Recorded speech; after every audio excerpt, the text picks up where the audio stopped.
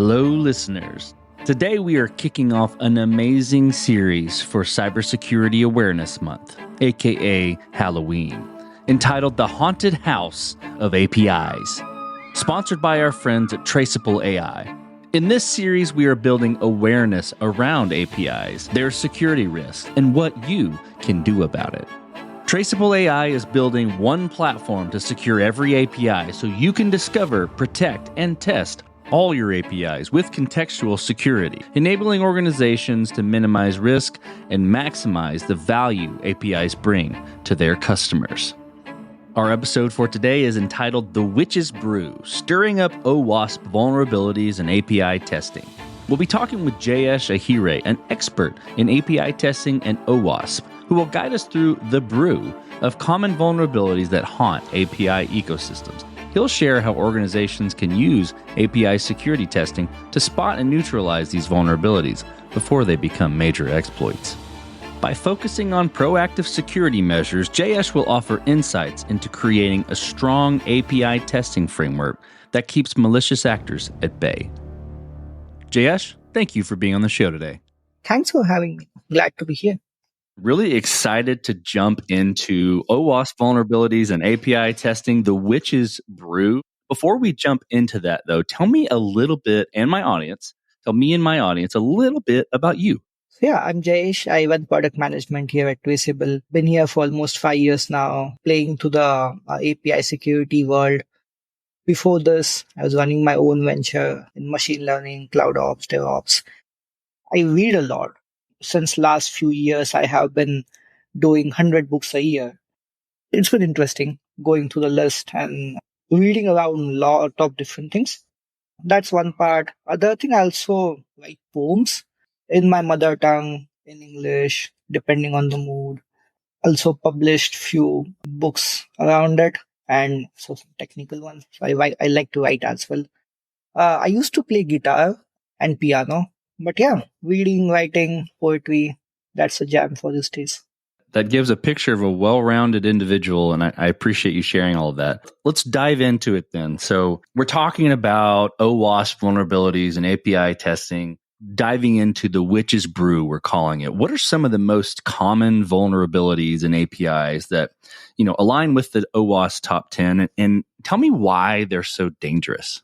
When we talk about APIs, right, one of the things which is prominent these days is every single thing we are building, like every single product, every single software, every single app is running on APIs. And that's where talk about vulnerabilities, the impact also increases because everything is an API at the end of the day. And that's why I categorize this vulnerabilities or even dangers into 3 broad categories.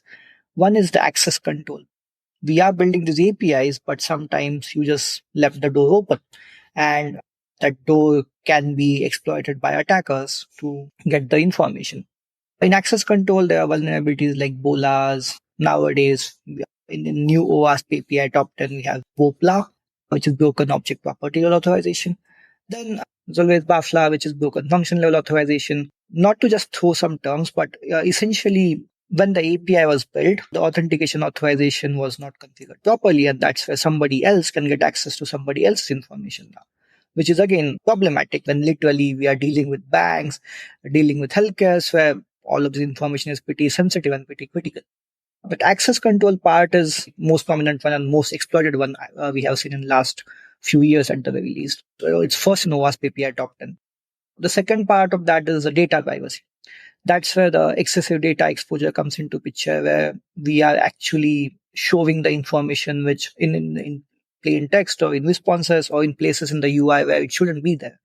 We have seen a bunch of news articles coming around this part where the social security numbers of thousands of people leaked or millions of people leaked at points. And all of that is due to that information already being exposed in place or in response where it shouldn't be. Because everything, as I said earlier, everything is driven around data, and data is gold. So it becomes critical for these applications, for the services, for the softwares to actually secure it properly. And as everything is exposed via API, it comes to the API layer again. Third part, and I'll talk about this in the later sections more on, but the third part is inventory management. all building lot of APIs these days, but sometimes we don't even know what we have built over the period. A lot of APIs which were retired but still being used, still publicly accessible. Payment gateways, you're using validation platforms, and you're actually sending the sensitive information to those platforms and making sure like what you are sending, what you should be sending, what you should not be sending, and having proper filters for that. That also becomes pretty critical when we are dealing with the huge number of APIs we are dealing with these days. So actually knowing what you have and making sure like you track every single action or every single thing which is being performed with the APIs you have and the issues with those APIs is also a very critical thing. When I talk about all of these three categories, right, everything is part of OWASP API adopted. Sure. No, all that makes sense. And I hear what you're saying. We're sitting in a world where everything is built on top of APIs, and that makes API testing in general critical. But why is API security testing crucial for detecting these types of vulnerabilities that you just mentioned early? And how does it differ from, traditional security testing? I could probably extract a couple of things from a few things you pointed out, but I'm curious to hear what you have to say holistically. When we talk about security testing traditionally, we talk about SAST, DAST, IaaS to some extent, right? SAST being the static application security testing, DAST being dynamic application security testing. First thing, SAST. When we talk about SAST, it's purely looking at your code and trying to find what is wrong. And when you look at just the code, it doesn't have any context. It's just lines and lines of codes. You're going through it. You're going through some function and seeing maybe this is too wide open. Maybe this library is old. Maybe there's some problem with this specific. There's no dynamicity in it. And that's where the DAST comes into picture. But traditionally, DAST has always been more of a black box. It's somebody sitting outside your system and trying to make an attack. When that somebody is sitting outside your system, they definitely don't understand your application well. And that's where the false positives in the DAST comes into picture. But looking at the API specifically, all of these tools, like all of the traditional security testing tools, operate at the application level. The API interactions are pretty different. When we talk about API specifically, there's a lot to digest, which is, let's say you have 1,000 APIs and most of these APIs are talking to each other. Most of these APIs are talking to third parties. And when all of these interactions are going on, the attack surface you have becomes very large. And at the same time, the amount of knowledge somebody might need to go and exploit the application is not something which you can replicate with DAST. It needs way more context. It needs way more insight into the business logic of the application. And that's where the API security testing part comes into picture, because with API security testing specifically, you're dealing with the APIs first of all. And you're making sure that all of these different interactions you're talking about, all of these dependencies, you're talking about the third parties. So we are replicating the business logic abuse at its truest sense. Let's say talking about something around payment gateways. So if you're sending the sensitive information about your user to the payment gateway, and that's excessive data exposure, that can only be caused at the API layer, and DAST tools picking up on it, or SaaS tools picking up on it is pretty hard by definition. Then another part is everything is evolving, like with all the things in place now, with LLMs, with ChatGPT, with even like traditionally the cloud native development practices. Your applications are evolving so quickly that for traditional security testing tools to keep up with the whole pace is pretty hard. Learning the context is pretty hard. So that's where the contextual security testing on APIs comes into picture. And that's where I feel the API security testing becomes a better alternative to traditional tools when it comes to dealing with complexity which API brings into the whole conversation, at the same time, the continuous evolution we are seeing around the development cycles. Certainly. Okay, that clarifies that for me, and how important, right, the testing portion of it is, and I imagine that when you don't get the testing right, finding a vulnerability after the fact can lead to a significant problem. Can you share an example of how maybe one of these overlooked vulnerabilities led to a significant security breach? Without naming the companies, I was in Australia back in 2022 and met CISOs of one of the major telecoms there. One thing, like they went to the breach pretty recently at that time, and the breach was more around leaking sensitive information, including like passport details, the phone numbers, addresses, bunch of other things for millions of their users. When we went through like how it happened, the reason was they had one of these APIs which were publicly available, but the API that API was supposed to be retired way back. So they developed a newer version which had better security gates in place, which had better standards in place, which had rate limiting in place. They released it. It was still, again, it was accessible to everybody, but at the same time, the older version, which they were supposed to retire, they didn't. And attacker exploited the exact old version to get all of the information for millions of their users. That was painful to watch, and that's where the third category which I mentioned, which is inventory management, comes into picture, where somebody actually exploited an older API, older version of the API, which was accessible even after it was supposed to be retired a long time back. There's also a telecom provider in US which also had a very similar incident, and that was more around the web interfaces which were in the play, and the APIs, the older APIs again, which had weak authentication in place, was still publicly accessible, publicly available.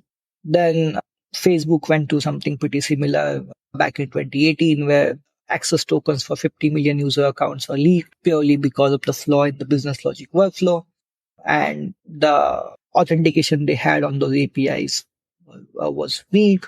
Somebody found the vulnerability, exploited, and that resulted into the leak of 50 million access tokens for 50 million user accounts. When we talk about all of these things, right, you'll see that most of the issues or most of the exploits which happen because of very small issues. Like when we look at these things afterwards, we feel like this was a silly mistake. But those small mistakes can result into the huge impact, like reputational impact, the monitoring on organizations. Some of these things could have been easily avoided by having the right set of standards in place, having the right set of security testing in place. But as the processes go, we always learn our lessons when we get impacted, and then we start putting right things in place. That's millions and millions of users. It's easy to see how important this testing is and how important it is to catch these vulnerabilities ahead of time. Now, I'm curious, from your perspective, how can organizations create an effective API testing framework that addresses these types of vulnerabilities? One of the things which is very prominent and very important when it comes to this is having everything part of your development lifecycle. So if testing is part of your development lifecycle, it saves a lot of pain, it saves a lot of money, because there's a study which says that a defect which is fixed before things go into production can save you 100 times the cost of fixing that in production. To save that, money is just one part of it, but to save yourself and your organization from the impact of some of these things, having everything native to your development lifecycle and making sure that like you catch these things very early in the development life cycle improves reliability, improves the security by a large extent. But when we talk about framework or the pipeline, how can we get there? Few things we'll point out is make sure you have the whole SAST, DAST tooling in place along with your container scanning, ISEs. When we talk about APIs broadly or development life cycles broadly, there are three stages before it goes to distribution: design, develop, deploy, and then last phase is distribution, which is running it in production, making sure it's publicly accessible. When we talk about design, develop, deploy, and distribute, first three things, design, develop, and deploy, has a lot of nuances in it. I will say very first thing is security is always an afterthought, and to address that problem, make sure that when you design your APIs, you consider all of the security practices into that design. Let's say you're building an API, make sure like it has the strongest authentication in place. Make sure it is not susceptible to the bolas and baflas of the world. Make sure it is not exposing any sensitive information to public. So having all of these considerations while you design the APIs saves a lot of pain.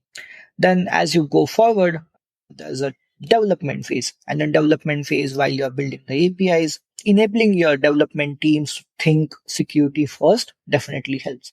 And that's where having the right queues in place when they are pushing things, when they are creating the builds, testing those builds with various tools, having the SaaS tools in place gives them a path towards a better and secure development. Then when you deploy, create the containers, you actually create this infrastructure as code pipelines, the Terraforms. Having the security layer there as well helps you with another gate.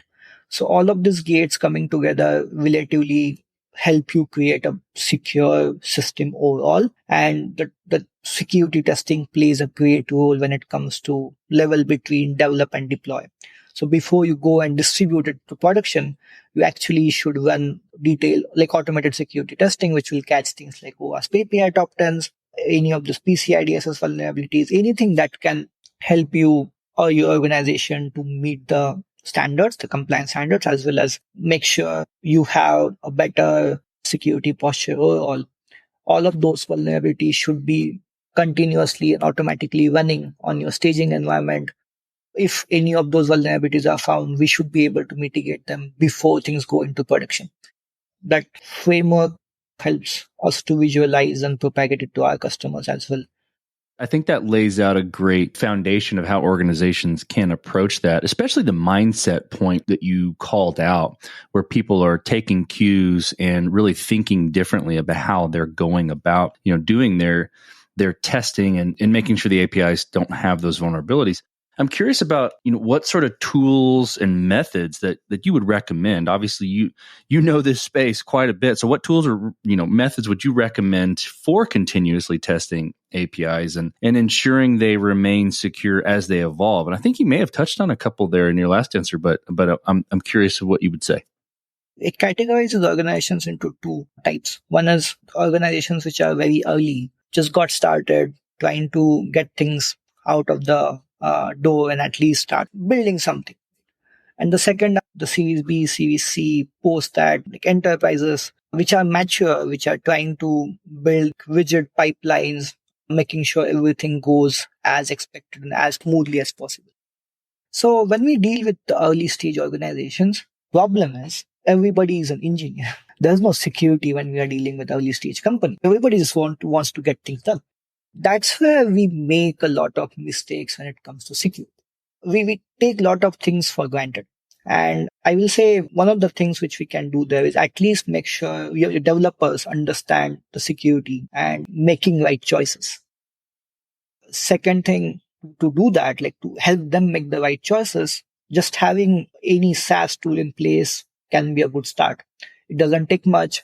You can go with the open source SonarQube kind of a setup, which will help you get started. And that becomes the first entry point. Then second thing is having a right set of DAS tool in place. Which, again, as I said earlier, these things can produce false positives, but they can at least help you get started on your journey towards the better security posture. And as you mature, things become more complicated. Now, instead of dealing with one API, which was running in your AWS account, like one EC2 instance, now we are dealing with thousands of APIs, a large Kubernetes cluster, maybe in multiple regions. And at a maturity stage, you want to get the inventory management in place where you know all of your APIs, what their problems are, how they are designed. You need controls on your design stage as well, because you want to make sure that your API design adheres to some standard your organization has set. So that's different tools at different levels, but API security testing plays a great role in the mature organizations for inventory management, for posture management, for security testing, for contextual security testing, for the lack of better words. You're not just running things against the black box, but you're actually running the security testing with all the API context in place, all the understanding of an API in place. So that way you produce very pinpointed results, tell users like what are the exact vulnerabilities, how to fix them, help them fix it. And that way help secure the organizations, and at the end of the day, help secure the users of the organizations. Traceable does a pretty good job when it comes to securing things around your SDLC. When I say SDLC, specifically around API security, making sure like you have the secure design in place, make sure you're running the API security testing continuously. At the same time, when things go into production, making sure we are blocking all the bots, frauds, the OWASP, web top 10, API top 10 attacks, which are happening in live production deployment. But yeah, there are a bunch of great tools out there which can help you get started. When you're very early stage, go with something lightweight, open source like SonarQube, Zap, But as you mature, keep looking for better tools, and that's where something like Traceable can come handy, which can solve for a lot of your concerns. Jayesh, I appreciate you being on the show today. I feel like we were able to list the most common vulnerabilities and illustrate why it's critical that API security testing be done up front, how businesses, how organizations can create effective API testing and what sort of tools they can use. And it's very obvious that Traceable is solving this problem for a large amount of companies and doing so well. So I really appreciate you being on the show today. Thank you. I totally enjoyed being here and looking forward to doing it more often. And this concludes The Witch's Brew, stirring up OWASP vulnerabilities and API testing with Jayesh Ahire. Stay tuned for more episodes in our series, The Haunted House of APIs. And if you'd like to learn more about Traceable, go to traceable.ai. That's traceable.ai. And thanks again for listening.